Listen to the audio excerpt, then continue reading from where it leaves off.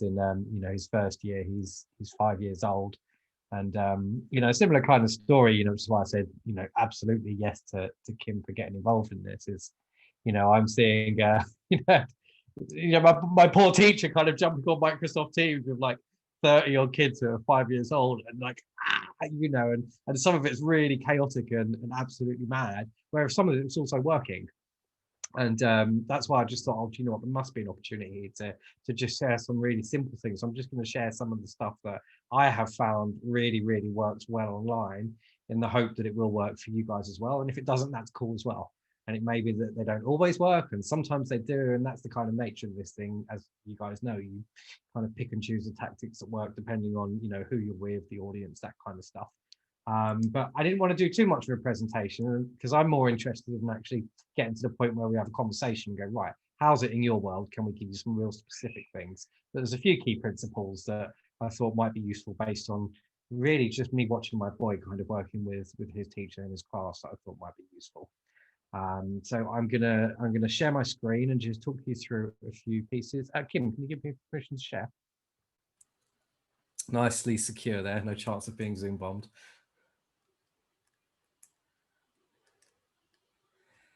And feel free to just unmute yourself if you want to ask anything as you're going along. Otherwise, we'll dive straight into it as we go. Okay, cool.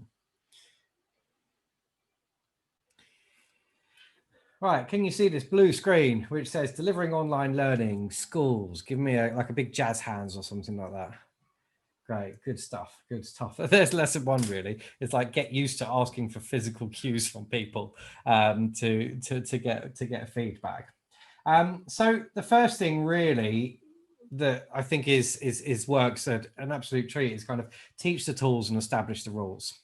And what I mean by that is, I know my teacher would have saved a lot of time if right at the beginning she would have just enlisted the help of the parent maybe, and just spent maybe 20 minutes making sure that the kids know how to do the most basic things on Microsoft Teams, if it's Microsoft Teams that you're using. So for example, they need to be able to know how to unmute themselves and mute themselves on demand without having to have a parent help them do that. So it's just really simple bits that you're going to need to do. Make sure that there's a little bit of time carved out somewhere. And in the business world, this is just about making sure that everybody's set up in advance and knows what they're doing, and they know the tools that they're using. Now, you're not going to expect a 5-year-old or a 10-year-old or whatever to know the inner workings of setting up their audio sound card and stuff like that. But the basics around kind of muting themselves, and potentially, if they're slightly older, being able to chat into a chat window, just make sure every single kid really understands how that works and they've tested it. And I'd say build that in as a little bit of a plan. Kind of, okay, we're just going to spend 20 minutes one by one having a go at this. Joshua, do this thing, do this thing. Great. Number 2, do this thing, do this thing. So teach the tools. And then secondly, establish the rules. So in any workshop that I run for people, there's always like a set of ground rules that we agree up front that is then repeated over and over and over again. And this is much like routine for kids, I guess, which is your specialism. It's like these things they know that's going to come, and they're going to expect it, and they can start to work with it all the time. So it starts to become common. So it may be that, at the beginning of every session, there's a certain 5-minute thing that always happens. There may be a certain visual cue that you could say, okay, I'm going to try and find something funny. Not that all kids need this kind of stuff, but, it could be something along the lines of, if I ever hold this up on the screen, I need everybody to fall silent, or everybody to pick up their thing, or whatever it is. Just start to have a few cues that do a little bit more than just relying on your voice. And this is where Kim can speak to things like how you stand out on your camera and the importance of like having some light behind you. So you're really, really there front and center in the camera, and using visual cues and creative things to kind of get people's attention, and having them do the same. So very often, we'll in workshops, it'll be like, okay, everyone give a jazz hands, or everybody do this, or you have this cue, or you can have your hand up, or you can all take photos, whatever it might be. But have some rules that work, and make sure the parents know those rules as well.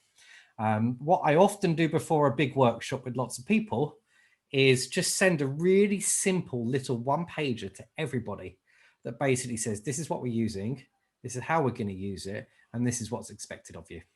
And then everybody knows, bosh, right, this is how it works, if that makes sense. Now, you're not giving them a help guide. You're just saying, we will use this, have them bring this, expect them to do this, don't expect them to do this. So Beth, good for, oh, someone in the waiting room, I'll let you handle that, Kim, if that's all right. So teach the tools and establish some rules. And the next one, mercilessly use the mute button. This is probably your single strongest tool as a teacher or facilitator online. The more people you have and the bigger your classes are, the more important this will come. I'd probably be a millionaire if I could count, if I got £1 for every time I could see the look on my boy's teacher's face when it's just been noise and it's trying to cut through that noise and hear it. Now, as the host of this, you have the ability to mute everybody. Use it whenever you want to deliver a message to the whole class. That way, the only person every single kid will be able to hear is you.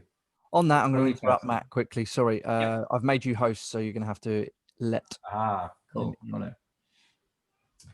Okay, so that one's like really, really key, because it could just get you from noise to control within a matter of seconds. Because if you hit mute all the other stuff that the kids can hear will go quiet as well, and the only thing they will hear is your voice. That's a really quick way to get through the noise. Okay, so mercilessly use mute. Stick it on at the beginning, stick it on when you want to get their attention, and just use it as a general tool for managing your class, really. If you're going through the register, mute all, right, this person, unmute yourself, make yourself hear, and start to kind of almost like micromanage how people contribute and respond. So mute is your friend. Number 3, so this is one that, I know my boy would love, is using breakout rooms. So if we think like in real life, in workshops and, also in classrooms, you have little pockets of kids having conversations. So what you want to do is try to recreate that as possible. And that's where breakout rooms comes into it. So you can have a section maybe immediately after register or however you want to do it, where you say, okay, right, we're just going to have 3 minutes where we all go into a breakout room each and we have a little conversation. And within Teams, because they released it in December, you can, let's say you've got 20 people in your room. You can click create breakout rooms, assign automatically, create 5 rooms. And that will just pop everybody into, rooms of 3 or 4. And it will only be people within your class. And that will give them 3 people in a little group, one person, another person, hey, and all of a sudden it becomes a lot more manageable for them to actually contribute, because they've only got 1 or 2 other people to speak to. Hey, how are you doing? What do you do? I've got cake with me, whatever it might be. Tell them, calling back the kind of stuff my kid says. But using breakout rooms in the business world and in engagement is the single fastest way to increase engagement and to kind of change things up so it doesn't become one to many and it actually becomes things that people can do. So using breakout rooms. Okay, next one we have, be really consistent in your order. So if you have a consistent way of taking the register, make it exactly the same every single time. And then when you're working around a group, so I always employ something called turn-based contribution in workshops, where I always ensure that whoever is on the workshop, what I'm doing is designed in such a way that every person inputs equally.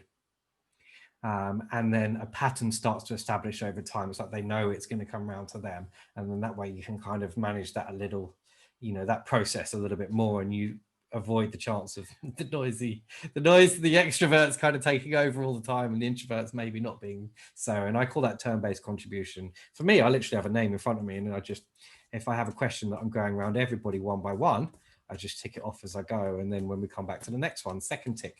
If I see where I've got a few who haven't got any ticks, I know I've neglected those people a little bit.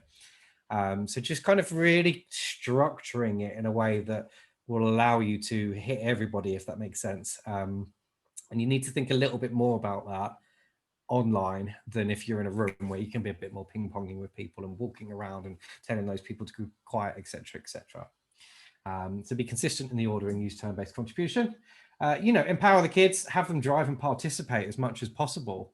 So in workshops to kind of just generate a little bit of anticipation or curiosity or engagement, if you like, is, I'll put people in the driving seat really quickly. And, if I ask someone a question, I'll say, right, you now choose the next person who goes next. Okay, now great. They answer, now you choose who goes next. you know, Christopher, it's your turn. Okay, I choose Jane, etc., etc., etc., and start to have them feel like they're kind of taking a little bit of ownership of the process, and kind of contributing in some shape or form. So can they nominate who goes next? Can they help guide something? Can they contribute something? Can you work out a roster, given that we're probably going to be like this for a number of weeks? There's a good chance you could probably have, you could set up, for example, something that could go out as an email where you say, okay, we're going to have one child bring one thing to each register every day for the next 4 weeks. You know, it could be like a reading or a favorite toy or whatever it may be, but just something that gives them something to think about and feel like they're really contributing rather than just being spoken to. And, you know, 20 kids in the class over 4 weeks, you know, alphabetical order. So it's really fair. And it's something the parents can see, right, okay, you know, do this. But just that idea that they're bringing something to the table as well is quite powerful. And I remember when my boy was asked that, he was over the moon to grab his Captain Underpants book, and he was so excited. And, you know, just little things like that, I think, where we start to empower them. Mix up the media. So audio, video, polls, Kahoot, Slido. So some of those words probably don't mean anything. But the essence here is like, and this is going to be dependent on, you know, how old, you know, the kids are that you're teaching. But an engaging experience online is one that's varied, one that changes. And this speaks to the next point that I've got here, which is kind of utilize the full 5 senses as much as possible. So, you know, we have touch, taste, sight, sense, and smell, but really through a computer screen, all we're hitting is sight and sound. So being a bit creative about how you can maybe engage with the other senses through the use of saying, okay, on this particular day, we're going to ask everybody to bring a snack. And in a workshop, I might have an element where if I'm doing a leadership development for a business team or something, I might say, right, okay, we're going to get every person who's attending this sent a box of posh brownies. And at a certain point in the day, they're going to open it, and we're going to have like a coffee and cake conversation around a strategy or whatever it may be. Yeah. So just this idea of thinking, well, what else can you work into it? And this is where you can pull on the parents. Whereas in an organization, it'd be, okay, you pull on the people who are responsible for administrating it or setting it up. In your case, it would be the parents.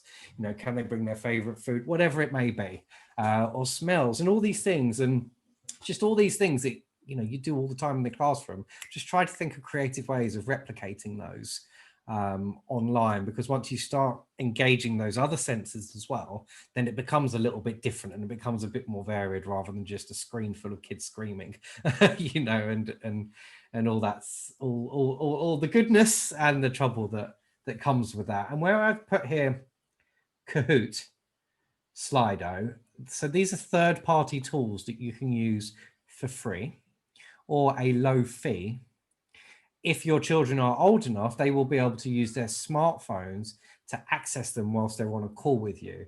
So Slido allows you to do things like create questionnaires and polls and get suggestions from people. And if they're old enough with a phone, they can just go to this website on their phone and you'll see the results come up if you have an account. With Kahoot, it's almost like you can create your own basic learning quizzes and stuff like that you could say, right, we're all going to do this now together. Everybody go to kahoot.com on your phone or your computer. And then question 1, they'll put in the answer. Question 2, and it will gamify it. And they'll say, oh, you know, Joe Bloggs is the fastest answer first, da, da, da, da, da, and you'll see this. So just a little bit of a hunt around how it works. Watching a couple of how-to videos will explain what it is. But Kahoot's a very simple e-learning application, basically, which is free, or there's paid accounts as well, used from everything from, you know, Christmas quizzes at home, right the way through to actually more topical kind of learning things. And you can create them yourself. Same with Slido. Now, I believe that Teams also has its own built-in poll function. So for the older kids, they'll be able to work with this. The little kids, you know, less so. And that's where perhaps the use of audio and video potentially comes into it. So looking at whatever topics it is that you're teaching, what really snackable video content can you share during the course of your classes? And when I mean snackable, I mean like no more than 2 minutes. You know, you might want to give a slightly longer video offline for them to sit down and watch and review. But when you're all together here in a single location, right, we're going to hit play, we're going to watch this video. It's no longer than 1 or 2 minutes. Right, everybody, I'd like you to write down the first thing that came up for you in the chat window. Bosh, let's see what emerges. And then you have a whole bunch of things to discuss and then call upon. And again, you're getting them to contribute in a way that documents something, rather than just, you know, the madness bit. Okay, so at a high level, you know, those are probably my 6 tips, and I tried to pitch them in such a way that hopefully they'll be useful and quite simple to understand. So number 1, you know, just make sure every kid knows how to use the tool and that there's some ground rules. Number 2, mercilessly mute. This is probably the biggest impact, easiest to do tip that there is on this list. Like, be really merciless with that mute button, because the second you mute everybody can hear you. It's as simple as that, and nobody else. Use breakout rooms, you know, like get them chatting to each other like they would in the playground. Even if you just do it for 2 minutes, set a load of breakout rooms and they'll have 2 friends in front of them. You know, be consistent in your order, turn-based contribution, make sure everybody feels involved. Empower the kids, get them to drive a little bit, whether that's by getting them to nominate things or, you know, setting up a schedule that allows one different child every day to bring something, maybe a reading or a book or whatever it is. Just the essence is let them feel like they're driving, and it's empowered. Mix up the media, look at different tools to be creative if you know you're confident to, and the kids are old enough to understand, and really think about the 5 human senses and how you can leverage some of the other ones. That is probably enough to throw at you right now. I've got a few other things in my list, but I think I'd rather just, you know, hand back to Kim for a second and see where the conversation goes and see if anyone's got questions. Thanks, Matt. Brilliant stuff there. Some great tips. A couple of those I was like, oh, I can do that. Always learning as well. So firstly, I think it would be great just to see if anybody has any questions that are specific to the things that Matt just talked about. Like if any of those points weren't clear and you'd want him to expand or to give you any more explanation on any of those points, specifically any of those tips that Matt just gave, we'll have questions on that first, and then we'll just go into more general questions you might have and just try and discuss problems that have risen up and see if me and Matt can help you with that. So does anybody have any questions on any of the tips that Matt just covered? Feel free to unmute yourself and just jump in, because you're not children, and I think we can keep, and there's not that many of you in the session, so we can keep it civilized. Yeah, haven't heard anyone's voice yet, so it'd be nice to hear someone else's voice. But no, that was really helpful. Thank you, Matthew. Cool. So is any of the points, first of all, any of the points that Matt made wasn't clear, or that you'd like him to expand on? I actually have a question, Matt, on one of those. We're on point 4. I think you were saying about commanding it was a point about commanding the attention, and I think it was the one about participation. That might have been point 5. But one thing that I mentioned last night in my tips was that using people's names, like whenever you're, you know, it seems really obvious, and I suppose you do that in class, but really emphasizing on using people's names, and when you do, making I say eye contact, what I mean is camera contact. So when you say the names, looking down the lens rather than looking at the screen to get attention. Yeah. But I don't know whether using names or calling out people, whether that's a great tactic. Yeah, I think it's a great tactic, and it can really wake people up. You know, like bite size is better when it comes to online, you know, so whenever a client comes to me and says, I've got this 1-day leadership workshop we need to do, it's like, right, split it over 3 days and do 2.5 hours on each day or something like that. And less is more from the fatigue point of view. But the reason I say, you know, the calling out the name is good is because it's really easy to get fatigued online. But that kind of thing does call people out. If I see someone who's looks like they're not there, you know, like, well, you know, as we all kind of see, it's like, you know, then I will, I'll say, you know, hey, Susan, is everything all right? I look like I might be losing you. Do you need a moment? You know, or whatever it is. But you can also build tactics into it. So there's quite a nice one I like, which is the 3 Ps. So pose, pause, and pounce. So the idea that you pose a question And then you tell them you're going to give them a minute to come up with an answer, ask them to write down the answer in their pad, not just to think about it, thinking never led to action. So to actually write something down and then pounce on someone. So pose, pause, and pounce. So you tell them you're going to pick someone at random in the moment. Oh, everyone suddenly becomes, oh, crikey. So if I said, right, everyone here, I'm going to pick one of you in a minute to give something, you'd be like, oh, okay, what's going on? What's going on? And it's that same principle, really. So really leading it and letting people know something's going to be coming their way, whether it's by name or anonymously. Does that answer the question? It does, yeah. It expands on what I was thinking. It's a really good point. I like that 3 Ps. The other one was just more of a technical question for some people for myself and other people, because I've kind of skirted between these two. When you're sharing a video that you want people to watch, like during the actual session, you want them to, okay, we're going to watch this now, and then we're going to feed back on it or discuss on it. I mean, everyone loved at school when the TV got rolled out, right? And we got to watch videos instead of, so videos are really great, and everybody likes to, you're leaning upon other people's content to actually prop yours up, which is great. Yeah.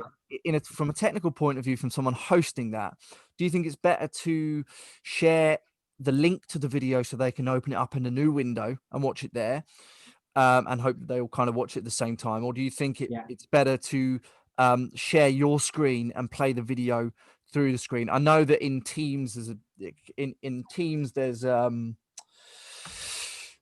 that can be a bit of a pain because all the audio doesn't, still haven't updated the playing. There's actually a better way than both of those things to do. And Pardon? for those of you who've got Teams, I'm going to put it in the chat window now. Yep. So one of the big misconceptions people have around media is like, oh, I can just share my screen, hit play, and let people watch it. But you get a really annoying lag. It doesn't broadcast straight to people's computer in the same way that your feed from your camera does. So you get this lag, which means it looks choppy, like it's some sort of 1980s terrible animation. And the audio will be slightly delayed, and it will also be jumbled up with whatever is coming out of your mouth and your microphone might be picking up. Okay, so that's not a good way to share content, is through a share screen. The workaround, rather than the primary way of doing it, is to say, here's a link to it.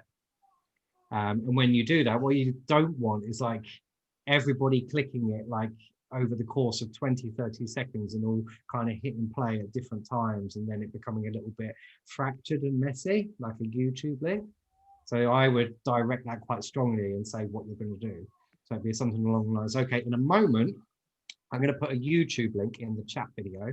I don't want anybody to click it just yet. I'm going to put it in the chat video, and then I'm going to ask us all to hit play at the same time. So don't hit play, just pause it. And then you do that and say, okay, right, we're all going to go on mute and we're all going to hit play at the same time so we can all watch it at the same time. And then that's kind of how I would control that. So you really wrap a little bit of structure around there. But finally, so we've worked back from the worst to the interim to the best, is to actually Zoom and Microsoft Teams feature a share content function. And if I share my screen here, you can see, the link that I've just provided for you. So they have a share content controls, and it'll be a button that you can just click, and then you'll get a whole host of options that says, do you want to share your screen? Do you want to share, a tab from this or PowerPoint, or do you want to share a video? And what that will let you do is upload a video, and then you can hit play and it will come out high definition quality to everybody because it's gone onto the Microsoft Teams server first. Does that make sense? And that's so much more professional, so much more efficient than the other routes. That's assuming you have a copy of the file yourself. Some of them will let you put in a YouTube link, and then it will broadcast it. But using the inbuilt way of sharing media is always much more reliable. So is that from the share screen tab down at the bottom? That will be, yeah, absolutely. And if it doesn't work, just have a word with your school administrator and just say, we want the ability to be able to share videos within Microsoft Teams. It's not appearing. But yeah, it'll all come from there. You may have to upload the file somewhere first. Have a play with it. This is the other thing that I wanted to put down here that, it's kind of maybe implicit rather than explicit. Is like when I run a workshop or do a webinar or any of these kind of things, like we rehearse the heck out of it. You know, like we'd have dummy runs where we bring people on board. Like the more higher stakes it is, we say, right, I want 2 people from the client's end, 2 people from here, and a couple of other people. Let's just do a quick rehearsal and go through the whole thing step by step. Does the video work? Does the audio work? Do the polls work? Do the Kahoot slides work? All these kind of things. So any possible risks that might come up with, you've already run into them a week before, and they're no longer an issue. So preparation is, you know, probably a bit more important than it would be where you can improvise around a classroom a lot more. With technology, you're kind of at the mercy of does it or does it not work, and if it doesn't, best to learn that before. And I guess you guys, for most of you guys, you're having to just learn instantly, because I guess for most teachers, you've probably got back-to-back lessons, I'd assume, rather than having that.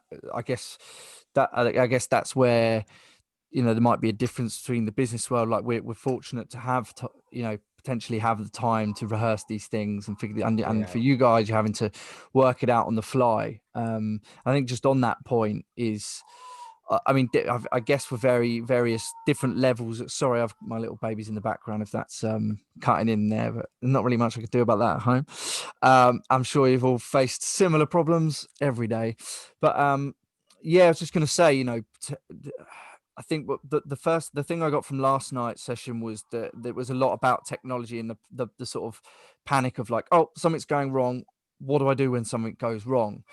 So that would be a question I'd have for you, Matt. If you have a mistake with the technology or something's interrupted the flow? What is your way of dealing with that when you're in the live situation? What tips can you impart from that? So if something goes wrong halfway through, the first thing is like have at least at a high level, even if you've just jotted it down in your notepad before the thing, is like, what is your plan B if this happens? So have a think about your plan B before you're called upon implementing plan B. So if your technology dies, what are you going to do? Are you going to email everybody quickly?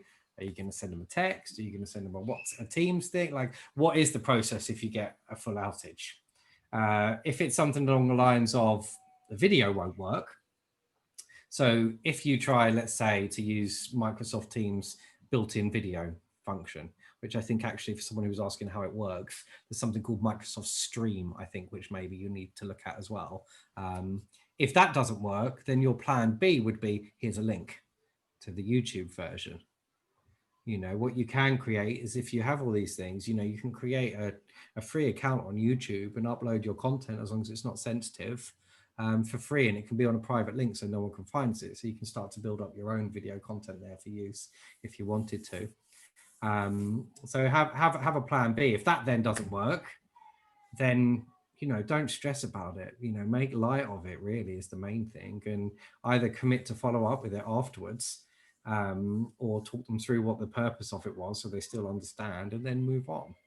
I think the thing that you want to avoid is dead air or looking like it's really thrown you. You know, like if you project, I mean, this is like what we call emotional contagion coming into play here, which is the idea that, you know, we catch emotions like the flu.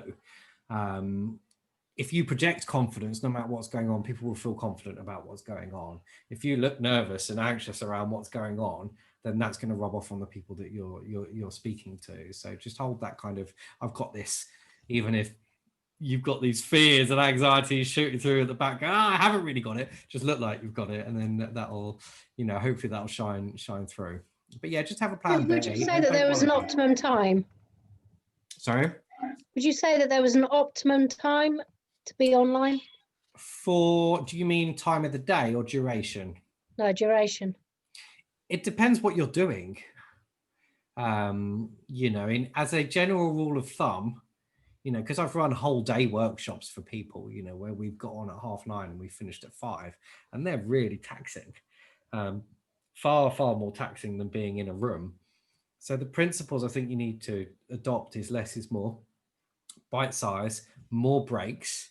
I would say don't go any more than, you know, and adults are more tolerant than kids, you know, but don't go any more than an hour without giving someone a break online.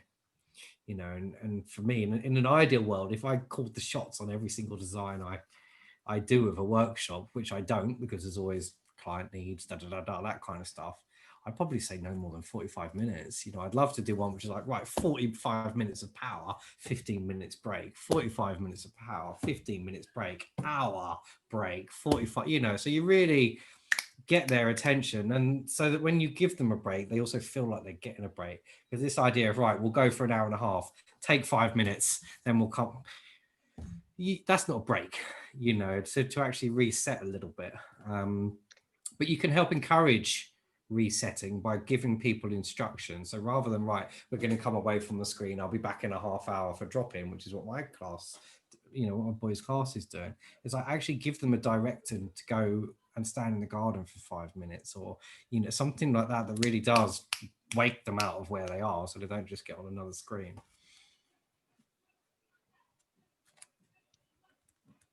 Does that help? Well, I'm going to be doing one-to-one with kids with emotional and communication problems. So I was just sort of after any tips, really. Got it. So I do an awful lot of one-to-one coaching on things like confidence and anxiety. Yeah. Generally speaking, an hour max, and I think 45 minutes is an optimal coaching session. Okay.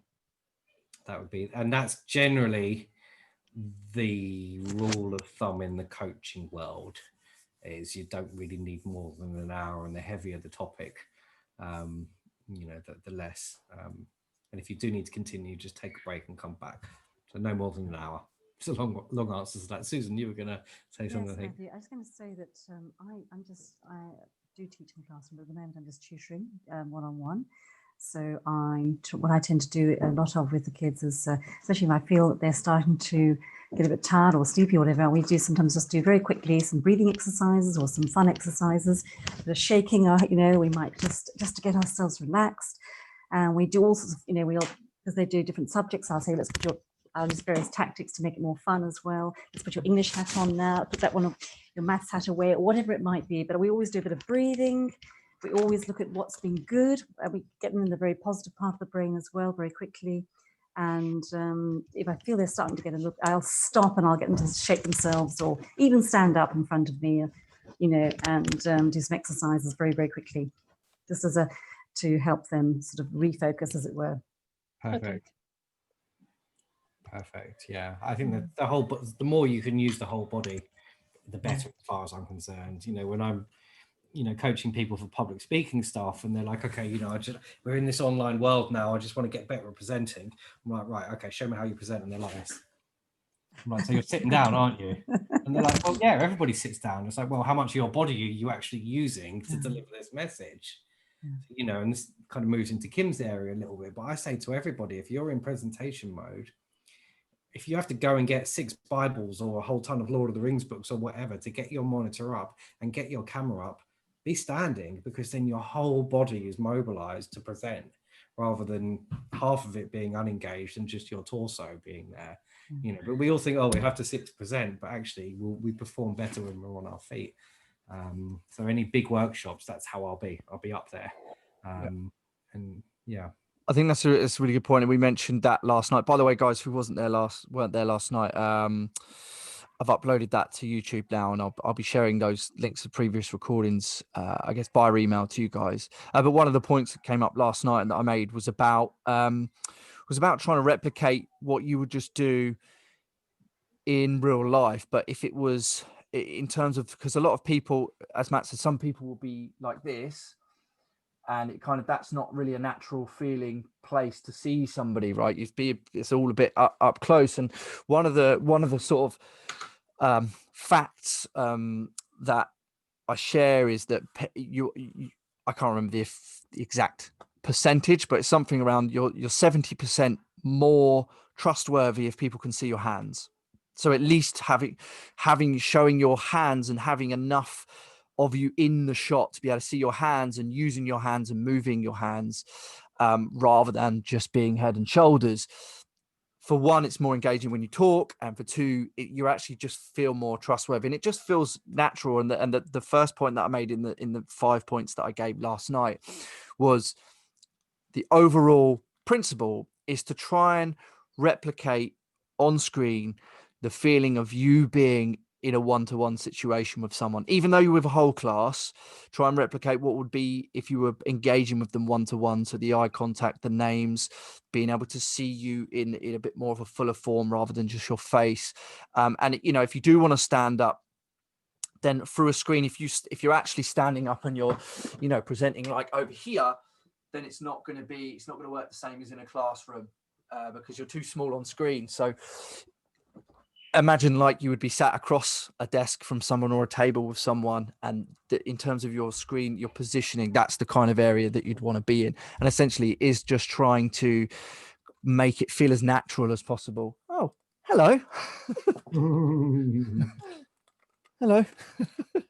Definitely, I'd echo that. If you just think about how, if you're sitting around a table looking at someone, the angle at which you're looking at them, you know, you want to try and replicate that as possible. Hello, little one.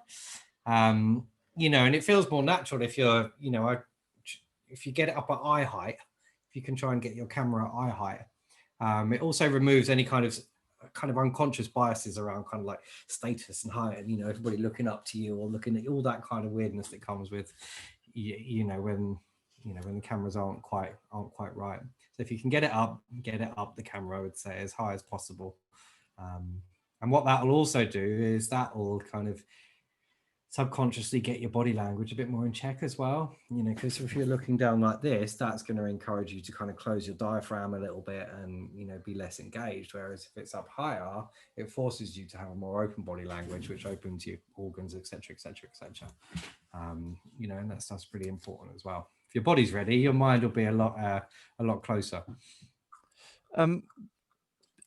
Do we have one of the other parts I'd like to do for this evening? If obviously we'll continue to take questions if anybody's got any more questions, but I wanted to give a chance for people to contribute a tip or anything that they felt they've actually. Dexter, if in doubt, just groan. If in doubt, just groan, mate. Do you want to go and watch a little bit of telly with mummy? Yeah. Off you go then, buddy. Awesome. I'll see you in a minute. So yeah, one of the things I was going to say is if any of you had any tips that you've picked up along the way or things that you would like to share in this session, I'd like to give a chance today for you to be able to do that. I know that we were mentioning a minute ago about you know, taking those breaks and making those breaks meaningful. And actually, Anne-Marie mentioned to me that she does an exercise. Anne-Marie, who's on the call today, mentioned that she does an exercise that really does help teachers and students sort of de-stress quickly and get focused quickly. So I'd like to invite Anne-Marie just to talk us through that. I think if you would like to, Anne-Marie, I will. That's the 3 Ps in play there, almost. Yeah, almost. Putting you on the spot, pouncing on you, but you did mention that you had something that you'd like to share, and I think it would be as we were talking about this meaningful breaks and getting people moving, I thought that this might be a good time for you to share that. And then if anybody else has any other tips that they'd like to share once we've done this part, then that would be great too. Yeah, thank you so much. Great tips, both Matthew and Kim. Always learning something new to add into the needed bag that we need that needs to be really deep these days. So I do a whole movement practice from what we know of how we learn from neuroscientific studies, the plasticity of the brain, all of that. I'm sure you're all aware of. And so I am a dance teacher, but I am brought into schools to do movement training for teachers because it's a really easy tool it's very accessible, it's easily learnt, and it's very specific to the movement we do in our first year of life, which is integrating our nervous system and making everybody ready learners. And it can be done in a really small space, in devices, if kids are in, you know, wheelchairs or in any sort of situation. So here we are online at our screens, and it seems to be really helpful as well. So I can do it with you right now if everybody's up for it. Otherwise, please reach out for more detail. I've got a shaking head. Okay, so the first thing you need to do is make sure you're just on the edge of your seat so that your feet are grounded on the floor. And we put our hands on our stomach and take a big breath in. And we need to have oxygen to make our brain tick. It's like gas for a car. You guys are doing awesome. And the touching of your body is really important for us to know where we are in space. How about we try the back? Does your back move with breath? And I can see you moving. Fantastic. Big breath in there. And I like to talk about the bullfrog or accordions that move sideways. And the last one I often do is across your chest. So now we've got the upper part of our breathing apparatus, and we all can make our shoulders breathe up and down. And if you've had your eyes closed, you can open them, let the light in, and do a big arm stretch with breath. And here we go, washing our hands for COVID. And we're washing and rubbing, and start to rub up one side of your body. Fantastic. And you're rubbing on the other side. I love the copying. Rub your face and rub your chest and your tummy. And who can go way down under their chairs, under their legs? Good. And up the back of your body. And now same pattern, little taps. Whole bunch of different information coming. You guys are such great copiers. And down the front. Good. Finding your legs. Up the back. That's right. And now we do big ones. Yes, we're going to slap ourselves. We know how hard is okay. And this tells us something different. Let's make some drum sounds.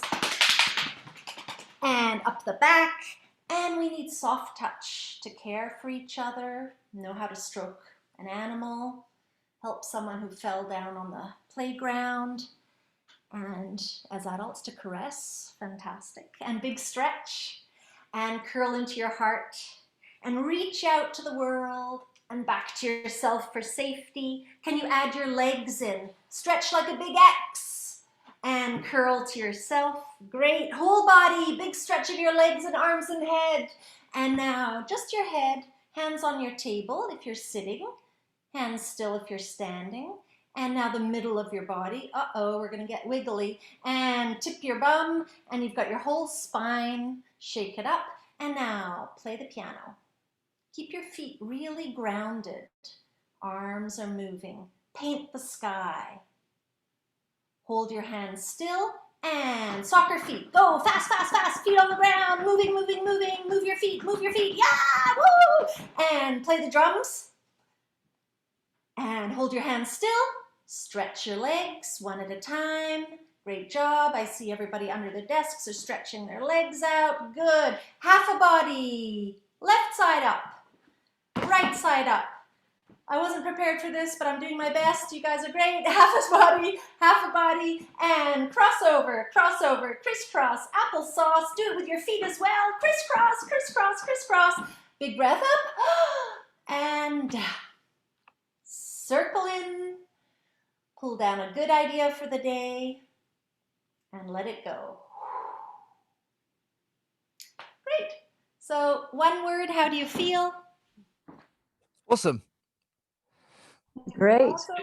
Energy bath. Yeah, great. What was that? Yeah, Great, good. thanks, Anne-Marie. Yeah, super, super. That's interesting because actually I said to you, as mentioned earlier, I always do some exercises with the children, but actually it's nice to add to the repertoire as well. I like the association as well in terms of the, you know, being kind to ourselves and being kind to other people in the same way. Thank you for that. Yeah. So all those movements have psychological and all kinds of other things that coordinate. So it's a deep work, and yeah, thanks for joining. I feel Thank you. He stresses me before I have to do any, like Matt, Yeah. any big workshops or talks. So I always do it with the audience as a whole, and then I start my spiel. So Anne-Marie, the one thing I do is because I'm actually a hypnotherapist as well as a teacher. So I always start off by getting the children also to think about all the good things that have been happening and all the good things, or at least mention one good thing that's occurred to them that day or that morning or that week or several things, and it gets them in a very good place, positive place. So I always start with that. And as I think was mentioned earlier by Matthew or Kim, that the order is really, really important. So they know that's coming up. They can prepare themselves, for that order of things. But just getting them thinking about and sharing as well what's been good that's been happening in their lives. That's a great point. Thanks. Yeah, Susan. and I did do it really quickly because we're all adults, just for you to know. Obviously, you adapt it to if you're, different ability children or whatever. There's many, many ways to do all these. Thank you. Yeah.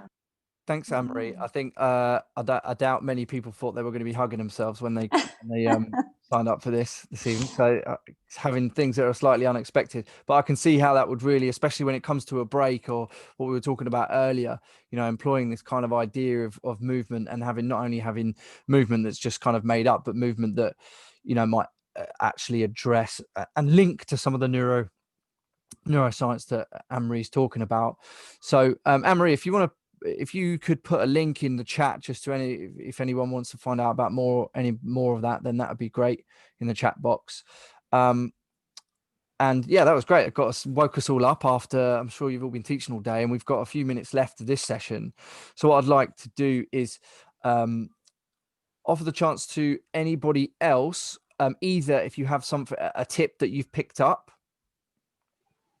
or a technique that you think might be helpful for other teachers to use, anything at all, it'd be a good opportunity to share it if you have one, but don't worry if you haven't.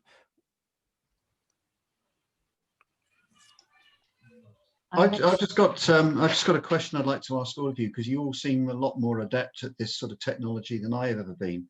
I've only ever been an in-class teacher. Sure. Don't stay still. I'm always moving around the class, even in this day and age. I've got our barriers and move within them. Is there any, or are there any sort of essential tips? I know Matthew touched on some of them initially, but are there any essential tips for someone using this form of media for the first time?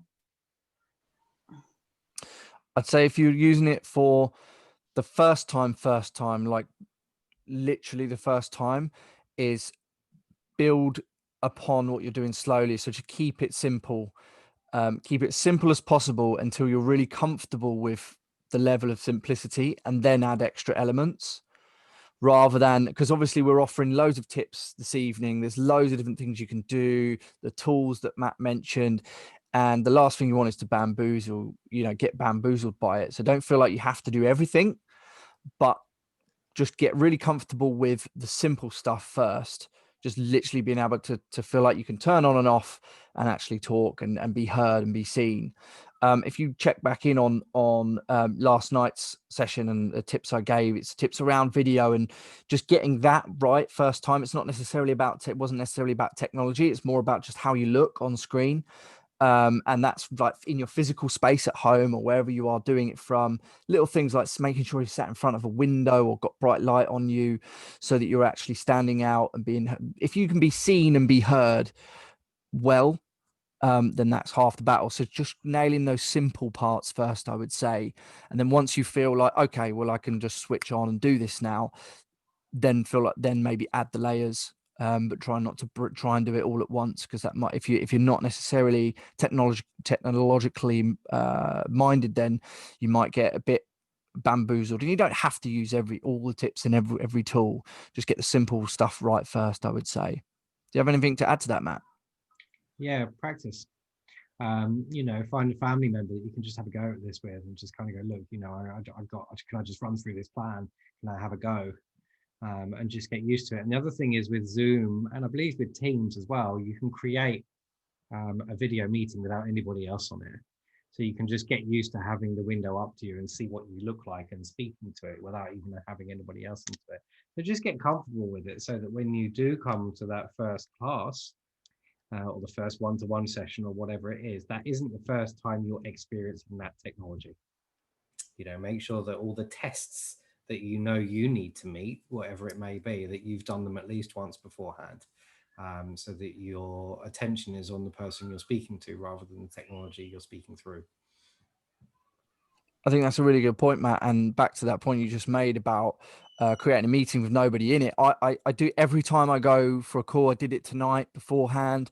I'll always I mean, for you guys, it might not be possible if you've got, back-to-back classes, but even at the beginning of the day, allow yourself 5-10 minutes just to go on early, be there on your own, just practice the buttons, familiarize yourself of where things are, see how you look on screen, just get there before and just get yourself settled in before you jump straight into the classes. I I think think I'd say as well that comes up quite a lot in corporate workshops if it's something about kind of learning and developing something ongoing. It's like find a buddy. Like find a single person that you can just bounce stuff with on a regular basis, ideally another teacher, someone you have a good relationship with, that you can go, look, can we just have that half an hour every week that we talk about how we're getting on with this online teaching thing, what we're learning, what our problems are. And it's amazing just having that second person on the same journey, to just be bouncing that. Or even better yet, if you can you organize for all the teachers to come together, literally not for a moaning session, but just for a tip sharing session, once every 2 weeks. What's the biggest wins that you've made with teaching online? Exclusively about biggest wins, and just try to cultivate a bit of a learning, because you guys are learning as well as the kids here. That's the thing, so use the strength that you get, much like kids would, in a classroom. They bounce off each other with stuff. So have a buddy and try and create a group. Cool. Well, we've gone through quite a lot today, and talking of Zoom fatigue, I don't want to keep you much longer. If anybody has any other questions for Matt or myself just before we go, Anne-Marie, sure. Is that all right?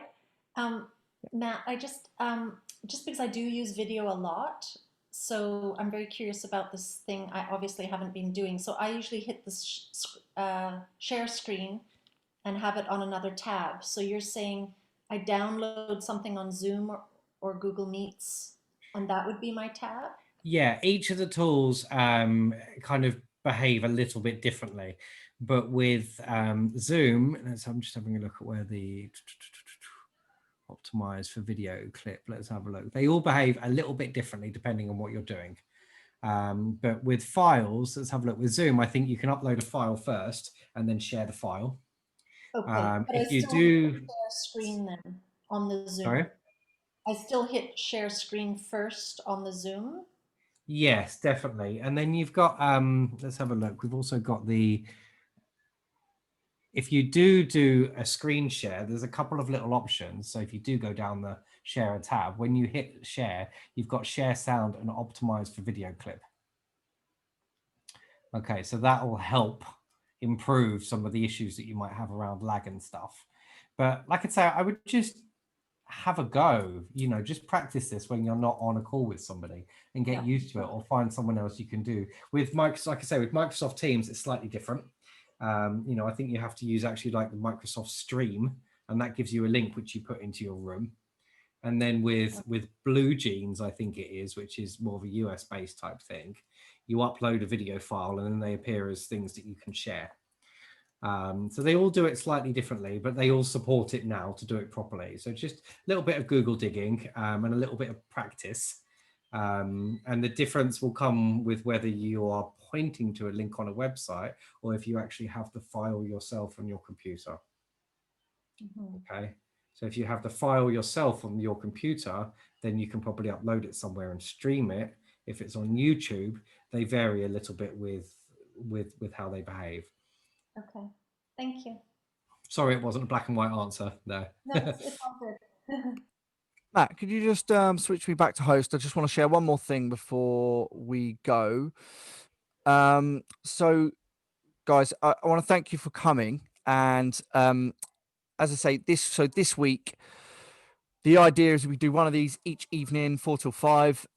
You can come as many times as you like or watch the replays. I'll be uploading the replay of this to YouTube on a private link, and then I'll email those links around at the end of the week once all the sessions have been done. But what I would say is, what would be really great is thank you for coming tonight, because it makes it, for a lot of the feedback I had was, we can't make it, or I'm teaching at that time, all of that kind of stuff. So for most people will be watching this on a replay. But what I would love for you to do, and to try and help as many other teachers as possible, and hopefully get some tips for them and some questions answered, is if you could share the email that I sent to you, if you could share that link to that web page that allows people to fill in the form and get the stuff, you could share that in any teachers groups or with colleagues around your schools or anything as much as possible. That would be great, and allow people to come and join. And the other thing was to just tell you what else is happening this week. So we're on Tuesday now, so that was Matt. A massive thank you, Matt, for that, and sharing imparting your wisdom. And tomorrow we have a guy called Spencer, who is actually a former head of media for various schools, and he's now an entrepreneur and a master online facilitator who will be joining us. So he has a lot more experience of actually teaching kids and being in that world, but also being in the online facilitating world. And then on Thursday, we have a friend of mine called Jim, who designs learning experiences in an online space. So he designs e-learning and designs learning experiences as a whole. And he's an awesome guy. He'll be here to answer questions and give tips. And then on Friday, we have Carol, who is a current deputy head teacher. And she's also an education coach and a coach for people getting into education. And she has all sorts of strings to her bow to hopefully have some great tips from her too. So feel free to join us on any of those days. And in the meantime, please share with colleagues. And if you found any tips useful for today, one thing I'd encourage everybody to do is, we haven't really got time now, but what I'd like to do is just have a quick think. So don't just jump off the call and then just disappear into the rest of your evening. Get off the call, look at your notepad, and see if you can just write down, repeat in your head and on paper, one thing that you're going to implement that you heard this evening. One tip that you can take away and go, do you know what, I'm going to do that tomorrow. I'm going to try that tomorrow. And even if you just get one thing from this, hopefully it would be worth it and make your lives a little bit easier. So thank you all for coming, and hopefully I'll see you on another day. Thanks, Matt. Thanks a lot. Thank you. Right, Thanks take very care, much everybody. indeed. Good luck out there. Everyone. Thank See you. you guys. Bye-bye. Bye-bye.